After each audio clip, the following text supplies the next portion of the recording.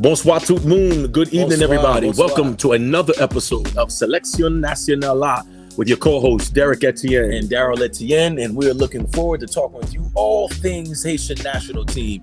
And we're still here talking about the U17s and their stint in the U17 World Cup qualifiers. World Cup qualifiers is almost coming to a close as we fell short to the USA 7-1 in the semifinal match, but we'll talk more about this right after this.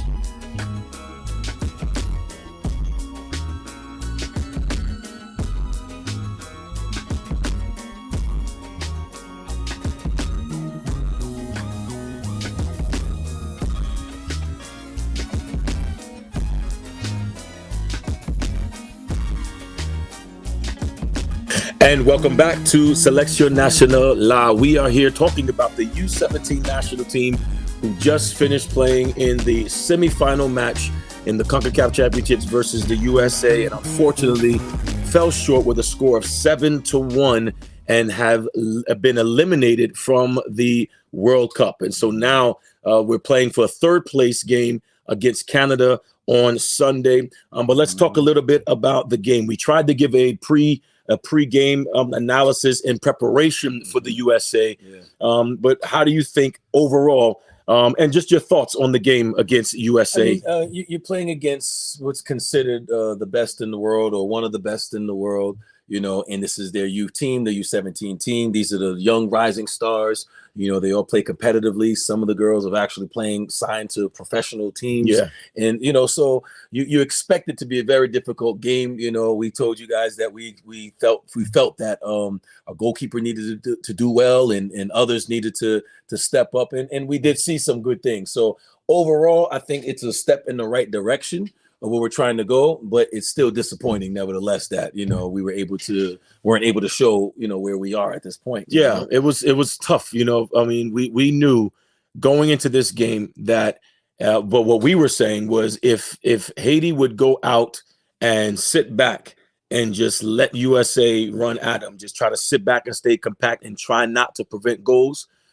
that's exactly what US wanted, and that's exactly what happened. Yeah. That when we sit back, you cannot defend for 90 minutes. You're right. You cannot just sit back and defend for an entire game. And so even though we went through a moment where we was holding on, we were hanging in there, but once the goals started coming, you know, a lot of things happened. So interesting that the lineup that Coach Auger went with was a similar lineup to before, but there were two changes. Started with Kimberly Prince in goal, Julissa Pierre in defense, along with Delancey Pierre, Nessa Francois, Nicolas in the midfield with Seleksyon Etienne up top. We went back with, interesting that Pierre-Line Nazon, number 10, came back into the starting lineup. So she didn't start against Mexico, but came back and wearing the captain armband. So I'm interesting to know that there was almost a different captain for every single game. Yeah. And maybe the coach was sharing the love. But that's just an interesting fact. Nazon comes back in as the captain. Laguerre steps in the outside back. Number 13, Laguerre stepped in and playing in place of number 5, who was apparently injured. And Annabella Fleureau and Dominique Desert started out. And so it was a similar lineup with those two changes. And so I felt that Coach Auger seemed confident with the core group. He seems to keep these guys for every single game, these girls for every single game. The fourth game, same group with one or two changes. But unfortunately, we just did not get it done against USA. You know, the good thing is, you know, we did say in last broadcast that for them to have a chance, for Haiti to have a chance, first and foremost, our goalkeeper has to step up. Kimberly Prince has to play better. She cannot make certain mistakes that she made against El Salvador, against even El Salvador, and against Mexico. And that I can say she stepped up and played absolutely phenomenal. Yeah, I mean, the scoreline 7-1 does not do justice to the game that Kimberly Prince had. I thought this was Kimberly Prince's best game. Yeah. I thought it was her best game, that she came up big with a lot of good saves, came off of her line, was able to come and break up plays. I thought she had a good game. It's just the firepower of USA was just too strong, and there was not much that she could do about some of those goals. You know, it seemed like, you know, she did learn her lesson. It kind of almost put it as if she was playing with nerves in the first few games. Yeah. The type of goals that she gave up. Yeah. Because it looks uncharacteristic. So you have the Costa Rica game, you know, she did decent, you know, but shaky. Then the El Salvador game, shaky. All right. So we were like, a little nervous going into the Mexico, a little shaky. But then when the way she played against USA, you saw confidence with dribbling. We saw confidence with the forward pressing and her just cutting and keeping possession of the ball. We saw her make saves, phenomenal saves that should be a goalkeeper on professionals. It was a different Kimberly Prince that you can tell was trying to play for a World Cup spot. Yeah. You can tell that she wanted to help her team to get to the World Cup, and she did her absolute best. And I'm very proud of how she responded. You can see that each game, you know, she got better and better, but this game was her best game. Came up big, making a lot of big saves. And I dare say that if it wasn't for Kimberly Prince, the scoreline could have been a whole lot worse. 100%. It could have been worse. You know, I'm looking at the back line, or just our defensive, not the formation per se, but just how we absorbed USA. Again, one of the things we talked about was, do we high press? Do we mid block?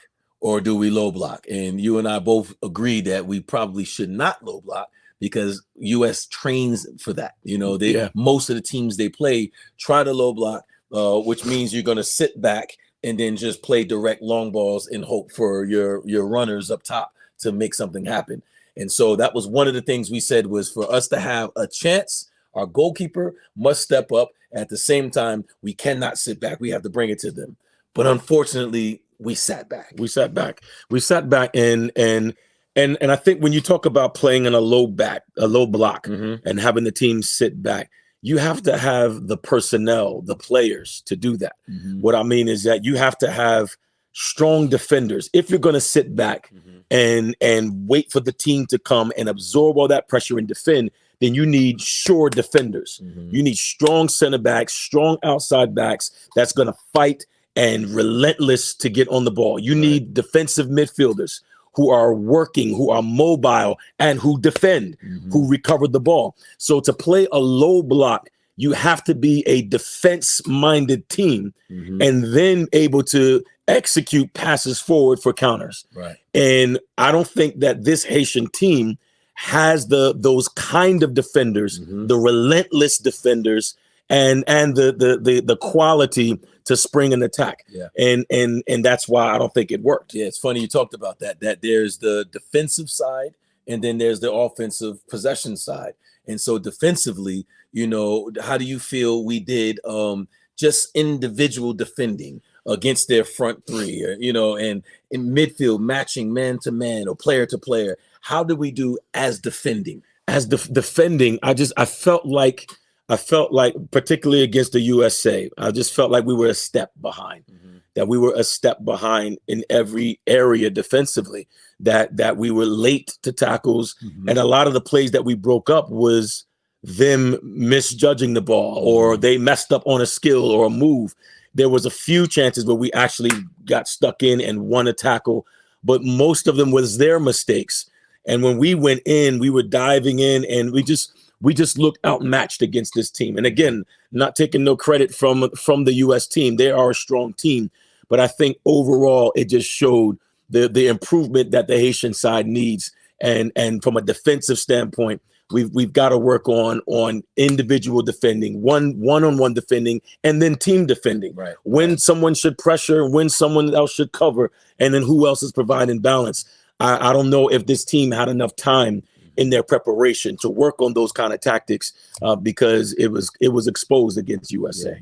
And then on the other side, if you talk about possession and offensively, that was the pet peeve of mine. Is I felt that we defended and we gave our best for 20 something minutes. I would say roughly 24 minutes. 24 minutes before we gave up a goal, and just relentless, doing the best that we could with the mobility not being up to par, with kind of outmatched, not really organized in terms of how we're going to positioning. It was just individual, just sure fight and bite and grit, you know. But then we work so hard to win the ball, and we just give it away. Yeah. I think to me, that was the most disappointing part is we worked too hard to just give it away. No protection, no ideas on the ball. And so that's when it comes down to the real question. Is it about personnel? Is it about coaching? Is it, why couldn't we keep the ball? Yeah. Was USA's pressure so great that we couldn't keep the ball, or were we just not having the quality in the? Well, I'm going to say this, that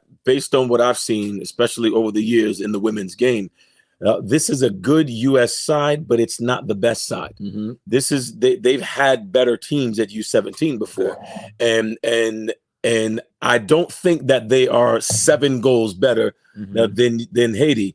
However, for this particular team, we were just outmatched. We were just outmatched. The areas that we stood out was Kimberly Prince in this final game.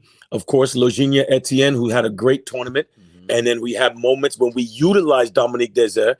She was impactful, and then we had moments from whether it was if it was our number 10 or our number 11, they would have moments, So outside of 3 or 4 players, they had a full roster of players that had the quality. So to answer your question is it the players? Is the personnel? Is it the coaching philosophy, a game plan? I think it's all of the above. The good thing is we can say it's a step in the right direction that at the end of this tournament, even with the personnel or the players that we have, we're finishing 3rd or 4th. Right. Finishing 3rd or 4th in this region with the quality that we put out on the field is hope for us, and it's a step in the right direction. Yeah. But if we're going to be in that elite of those top 3 teams in the region, we're going to need a couple more pieces, and we're going to need some more of that game understanding that's going to help us. Yeah, well, we're going to talk about that at a different on a different segment in terms of the future of this U17 as we prepare for the U20s with this particular group.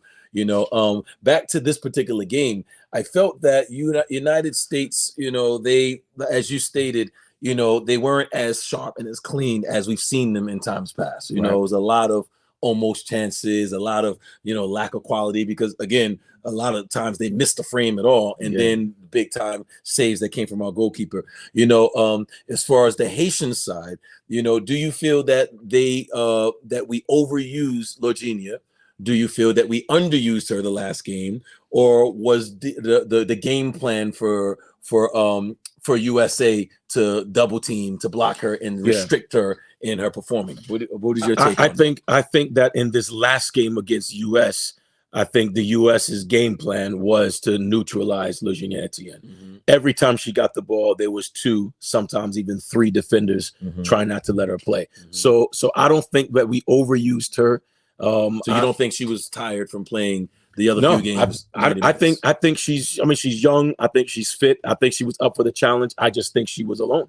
And when she did have help with Dominique Desart, we just didn't make the right decision making from the playmaker's perspective to find Dominique Desart, to find all of our other players, to find Murat, to find Furo. We didn't make the right decisions when we were in possession. And so it was forcing things. So I don't think we overused her. I think we did use her she was our only option that we tried to play through, but US was ready for it. So again, I don't think overused. US was just ready for it. We have to have those players that have the vision to be able to see if she's got 3 players on her, Dominique is wide open. Fleuriot is wide open. But instead we just kept saying, thump it long and kick the ball long, and Logenia will hopefully get on the end of it. And that's what we have to change that game plan. Yeah, you mentioned Dominique Desert. To me, she is a bright spot for this Haitian national team. This is her first stint with the national team, and just seeing her with the mindset to run at players, So I think that if we can get that balanced on both sides, where you have both wingers, your 7 and the 11, your left wing and right wing, that are willing to run at their back line and get crosses in, run and make runs in behind to receive passes in. So that's a different type of attack than Logenia playing with the back to goal and able to turn at will, and Logenia laying off and spinning and getting balls in behind. But you have that arsenal, but then you add a Dominique on this side, and so I'm still not convinced, who was that right-sided player. It was good to see the coach was rotating and trying to figure it out. So when I saw that when Etienne came on, when Ella Marie Etienne comes on, and she helped and was a part of when we created an opportunity that caused a penalty, it was a bright spot because she didn't get a lot of minutes this game. And she's young. So she's a young player. So I'm looking at it like, okay, there's hope for that right wing position, but we need more than just Logenia. And more than just Dominique, who has shown the world that we have a bright spot on those two sides. But this spot is still open. The right wing, I didn't see anyone. We have players own that position, who owns it and says, "Hey, I'm the next player that's dominant and that deserves to be in this starting lineup." And that's true, because if you look at it, Logenia Etienne solidified, I am the number 9. Dominique Desert, she said, look, I am the left wing. I'm the true number 11. I can play 10. I can play 6 and 8. But for this team, I'm here. I don't think that we saw someone say, I am the right wing. So we tried. We tried. We put Nazon out there. We put so many different players out there, but we did not really find it. But I think you said, like you said, with Ella Marie Etienne and a few others, there's some players that can actually fight for it. I just think, though, it's difficult for us to really talk about our attack when we defended the whole game. And that's the major piece for me. If I'm looking at going forward, is we have to do better with our of how we're going to defend. Are we going to defend as a team, defend as a unit? So we're sitting back, but we still wasn't as mobile and wasn't organized. And then doing this for as long as we did, we're dead tired. And so we already talked about there were players that played 4 games already. Played 3 games already, and their legs are tired and heavy. And then now we playing against against USA, who's running, and we're sitting back defending the whole time. It was a matter of time. And if you can look in the scoreline, where we give up a first goal 24th minute, and then the second goal in the 40th minute. So we're down 2-0 at halftime, which is pretty respectable against USA. But in the 40th minute, all right, the 24th minute, middle of the half, a little bit past the middle of the half, fatigue starting to set in. Okay, I can see that. But the 40th minute, 5 minutes before halftime. Now that's concentration. That's lack of understanding, gamesmanship and killing the clock and getting to the half without conceding. Is that coaching or is that inexperience? I would say that it's inexperience, because again, I don't know the messaging of Coach Auger. I would think it's the inexperience, because a lot of young players, if they're not watching the game, they don't know what to do to waste time. But this is what I mean by that is, okay, depending on the level of that we're coaching, then that's when does the coach step in to say, hey, it's only 5 minutes. Defend like your life depend on it, or do we sit back and let them figure it out? So I mean, that's why I'm asking: is it coaching inexperience? And I don't know, but at some point, we have to learn from the other games when we give up goals early on or give up goals late on. That impacts the team psychologically. That impacts the team, And so with 5 minutes left in the half, hey, let's defend. Let's.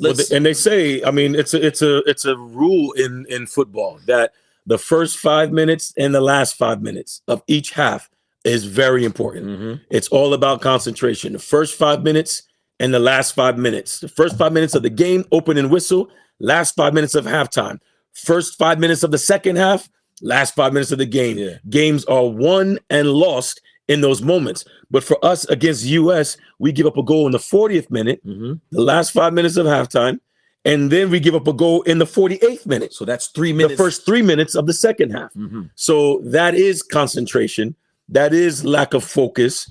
That is, now we're down 3-0 and 3 minutes into the half. And it's like, oh my God. So now you have to think about everything that's happening in this game. You're playing against US, number 1 team in the region. All right. We fought to only give up 1 goal, but then 5 minutes left. We give up 1. We're down 2-0. Let's start the second half. Remember, this is our 4th game. All right.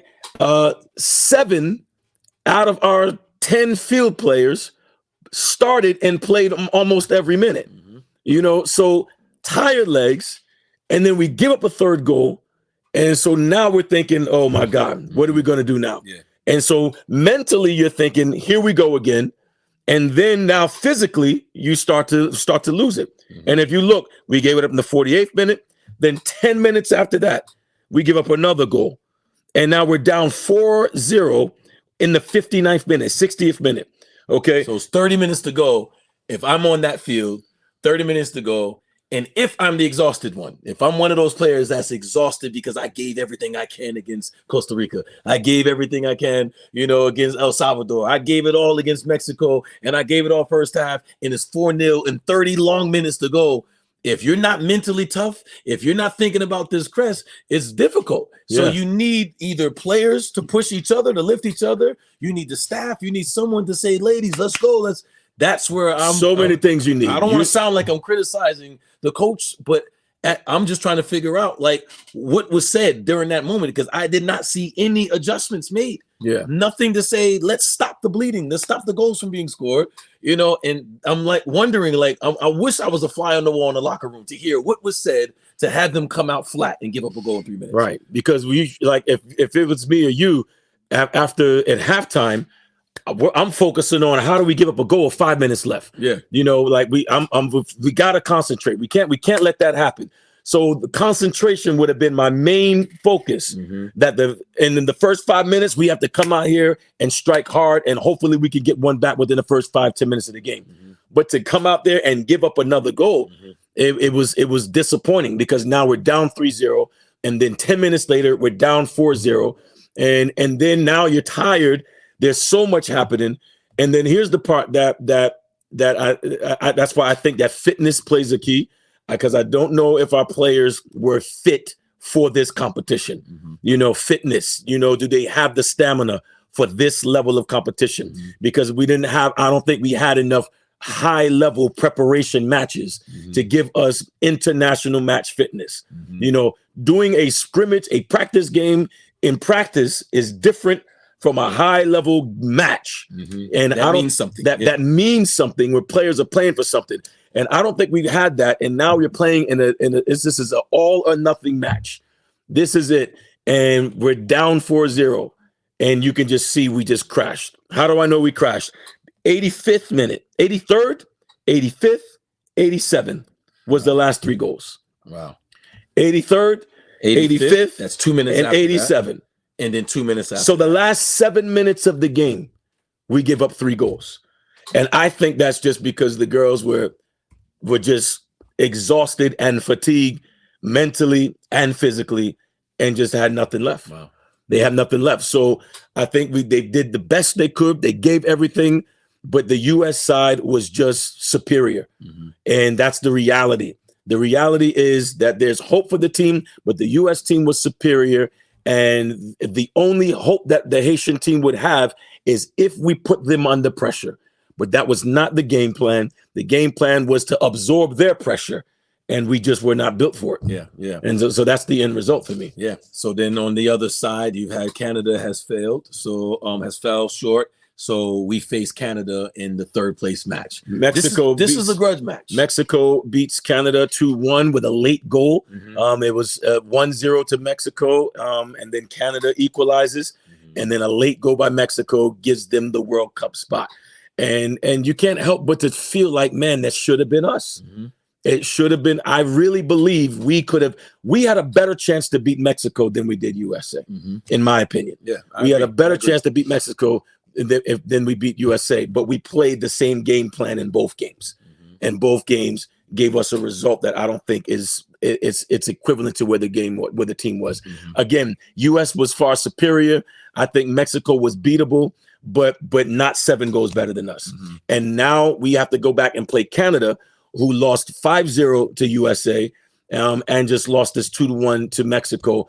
It's going to be a match for us. I think it's going to be an evenly matched game. And now it comes down to, what is the messaging coming from Coach Auger? This is going to be key. I think that this is going to determine, in my opinion, the future of the coach. Because at this point, I think to his defense, I'm not sure he's a part of the recruiting and getting those players. I don't know how that worked for him. He's got this role and this opportunity to take these girls, but the girls, I don't know their preparation individually. When you see the older sides, they're playing, whether you're playing in college, you're playing pro, you're playing somewhere where you're getting trained, you come together for the national team. Yeah. He doesn't have to focus on fitness. Right. He's focused on how we're going to play. Here with the 17s, we don't know where these girls are playing. And so do they have the stamina and the fitness for regular games? And then you add on top of that international matches for a World Cup qualifying spot. So I think that's, what we were up against from the beginning. And so now with the coach having this decision to make, you're playing Canada. And now this is what we have. Here is our personnel. It comes down to how do you motivate these girls to give out of themselves because they are exhausted. And how do you motivate them to bounce back after giving up 11 goals in 2 games? Yeah. So you gave up 4 against Mexico, 7 against USA, and now you have to play for everything else against Canada for the 3rd place round. How do you motivate them? So and now we see that second half against Mexico and against USA is where the Haitian teams crash. Let's go. You can go back to the first game, Costa Rica, second half. They almost took the game from us. So it's clear that we're not fit. We're not fit enough, or we don't have the stamina. We don't have the stamina or the concentration levels in the second half. So this is what we're lacking. And so now going into this game against Canada, if I'm Canada, I'm saying let's fight and let's weather the storm in the first half. Second half is when we can catch Haiti. Yeah, you're right. So for me, it's definitely going to take the coach is going to have a lot to say to get these girls motivated and ready to go. It's imperative that he's able to, because again, you can't go get new players. You can't go get a new forward because we know, all right, we struggled with the right wing. We can't go just get somebody now. It's here. Do you give a player that wasn't given minutes? Do you give them a chance in this game? This game means something still, it's something to play for. Or you can have the sympathy run and say, hey, we'll let the players that only play 10 minutes or no minutes at all, let them experience I don't know if that's wise, so it's going to be interesting to see, what route he takes as it comes to him leading this side going into the next game. Well, I think, and I would hope that again, you would test the levels to see where the players are fitness wise, physically. Is there anyone injured? As you can see, remember we mentioned that Esther Valius was clearly injured because she didn't even play in the last game against US. So where are our players? Are we injured? Are we fit? So we can see who's fit and available to play. But then I would try to still put the best 11 on the field, because to finish 3rd place to me it still means that Haiti has a chance to really do well in this region. And if we finish in 3rd place, it shows that, and it puts us in a position of our future of just continue to invest, continue to recruit, continue to find players, train players, develop players, that we can still compete with the rest of them. So the next 2 years when we hit U20, we should be on the right path. But if we go with the mentality that the tournament is over, we're not in the World Cup, and then now we lose this match and drop to 4, we can lose the momentum. So I think Canada, 4 is not bad compared to the teams. El Salvador is a good side. Costa Rica is a good side. So 4 is not too bad with where we are. And I don't mean to sound like I'm shooting low, because that's not it. I'm just saying, but the reality of where we are, as we just stated, we have 1 goalkeeper. We didn't trust the other 3, the other 2. So for whatever reasons, they don't have this. There's no disrespect to them. Kimberly Prince is the number 1. She's the number 1. So we have 1 goalkeeper. So it's just like on the senior team. Curly Teos is gonna play. She's the number 1. And although Naomi Ambrose is good and can step in at any time, Curly has earned the spot as the number 1. On the men's side, it's Johnny Placide all the way. So I think that, and we should set that standard at the youth national team level of players competing, and the number 1, the best player should play. And that's the way it is. So I agree that but this Canada team to me is beatable. I think this Canada team is beatable. To me, I think we have a chance more than Mexico and more than US if we come with the right mentality. But again, if we come back again with the same low block, sit back mentality, even Canada's going to beat us. I'm not convinced that, you know, the mentality is going to be right. That's just my personal opinion. I hope that I'm wrong. I hope to God that we're able to just have the great resilience and dig deep within to understand that this means something. Not let's just get this over with so we can go home. You know what I mean? Yeah. And I'm not optimistic because I'm looking at different decisions that were made, and I don't want to criticize anyone. I'm just looking at the decisions that were made. This comes down to coaching now. This is what it comes down to, is how do we get these players? Do we play again, we tried the sitting back against US and Mexico. We also tried pressing against El Salvador, Costa Rica. So we're 50-50. Yeah. We had success pressing, no success sitting back. So in my world, I'm saying let's go with where we had the success, and that's press. So that's just if you want to just do apples and oranges, if you want to just do eeny, meeny, miny, mo, that's the way we do it. Yeah. But it takes bravery. It takes courage to say, look, we're going to go after them. We're or we're just going to put it on the players and expect the players to figure it out. Yeah. So that's where I'm a little discouraged, about how things have turned. And I like the coach. I think he did well the first two games and was optimistic. You look at the earlier broadcasters, you saw that we were pushing. But when I look at the Mexico, when adversity comes, that's when you can tell the players and you can tell coach. Yeah. When there's adversity, how do you adjust? Mm-hmm. How do you adapt? And mine is, it's not that we adjusted and it was just wrong. It's we didn't adjust. Yeah. We just kept taking blows. That's like if Mike Tyson, you're fighting Mike Tyson and he keeps hitting you from this right side. What's the natural reaction? What would you do if he's coming with another one? Eventually you got to move. Eventually you will move. Eventually you would duck. Eventually you would block. You would do something because you're tired of getting hit. Yeah, but the difference with what did we do? But what did we do? But the difference with Mike Tyson is, and I've heard someone say, we know that he's a killer. But I've heard someone say that it doesn't matter what you prepare for, you're still going to get hit by Mike Tyson. Okay. I feel like that was USA. It doesn't matter how we would have adjusted. The reality is, as much hope and as much positivity that we gave to support this team, this team has a limit based on the quality of the players that we have. I get that. We were not at the level of USA. I get that. And so we did well in this tournament. And again, finishing third would be great. Finishing fourth would be an accomplishment. But we were not at the level to win this. If we would have won this, it would have been amazing for us. We would have made history. But we were not at the level. So we're like those people that doesn't matter what Mike Tyson does. He's going to hit you. So it doesn't matter what we were going to do. USA was going to put goals on us, especially if we're in defense mode. So I think, but what you said was key too, though, is what kind of adjustments did we make? If we're down 2-0 at halftime, then what is the goal the second half? Do we go with 3 in the back and push another player forward so we can try to tie the game? We're playing for a World Cup spot. Or do we just keep the same formation and we hope that that the game plan before we give up goals is going to work?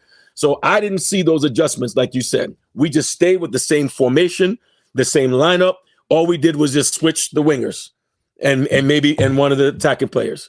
Every game, the same adjustment. We switched the wingers and then switch to number 10, and maybe the outside backs. So in other words, just give certain people opportunity to play, not adjust to not lose. Well, I think not adjust. Well, I think win. After we're down, 4-0 with 30 minutes just made left. A point. It's 2-0 going into halftime. What adjustments should be made? What kind of adjustments? Let's give options of adjustments that could be made from 2-0. They say that's the worst score in football. Yeah, because you can come out and score a goal early and it's 2-1, and now it shifts the game. Okay. Yeah. So for me, yes, I'm coming out with pushing another player forward. So I'm either going with three in the back and moving players, either going to a 3-5-2 or a 3-4-3. But I'm adding more players up front, or I'm adding more players in the midfield, and just gonna trust my defense. But I'm trying to get an extra goal. But maybe this is why he can't make the adjustments, because we've been saying it the whole tournament that the back line was a little shaky. And now to go from 4 to 3 would be even more challenging. So I think the coach, it's you make a good decision or a bad decision. Either way, it's gonna hurt you because this team is not at the same level. And I see what you're saying, where you're going with that. All I'm saying is to not make a decision is a decision. Yeah. And I don't feel that there was a decision. I just felt that it was almost as if we just close our eyes and just hope that it doesn't get too bad. You know what I mean? That it's a storm outside, and let's close the windows and just hope that our house doesn't just get blown away. And then when the storm is over, we'll come out and assess the damage. That's what I felt was taking place. Yeah. I didn't feel that it was, okay, let's stop the goals from coming. Let's do that. And so what I'm saying is, going against Canada, we cannot afford the same thing we said about the goalkeeper, that Prince cannot give silly mistakes. You cannot smack the ball into the goal. You're too good to do that. Yeah. You're not that player. So suck it up, get focused, and catch the ball or smack it away. What did she do the last game? She stepped up. She did well. All right. So I'm saying the same thing, that we cannot just sit back and hope that we don't lose. We have to have a plan and say, this is how we're going to try to win. And it has to be more than just thump it and hope that Lorgina takes it for us. Yeah. All right. Well, that will remain to be seen then, because this is the final match of the CONCACAF Championship for us. 1 o'clock is the final with USA and Haiti. I'm sorry, USA and Mexico. Yeah. And then there's the Canadian team that's playing. So the Canadian versus Haitian team. So we're going to see what the game plan is. We're going to see how Coach Auger finishes. We're going to see, does he just go all out to play for pride and make sure that we finished in third, or is he going to give players a chance? We don't know. But I'm hoping that he comes out to try to take this game, to win this game, because I think Canada can be beat. I think Canada can be beat. I'm more confident. I felt we can steal one from Mexico. That if we went out and pressed US, we could probably steal a goal and make things difficult. But we could beat Canada. Right. But where are we? 5th game, tired legs. Mentally, are we up for it? Are we exhausted? Are we done? That's what we're going to see. Yeah. We're going to see if Coach Auger can motivate. We're going to see if Coach Auger can get us a game plan, and hopefully we can get the result that we need. Well, we'll see what happens. The match is tomorrow, where Canada plays against Haiti for the final 3rd place match. And then we'll be back to give you the recap after that game. And then we'll also look forward into the Haitian women's national team that's preparing for the Gold Cup. And we're excited. We'll do a whole segment, a whole episode, and looking at the Haitian national team as we prepare for the first ever FIFA Women's Gold Cup, CONCACAF Gold Cup. So we're excited about it. So many great things is happening, but we got to get past this last game tomorrow. Haiti versus Canada, 3rd place. Let's see how this goes.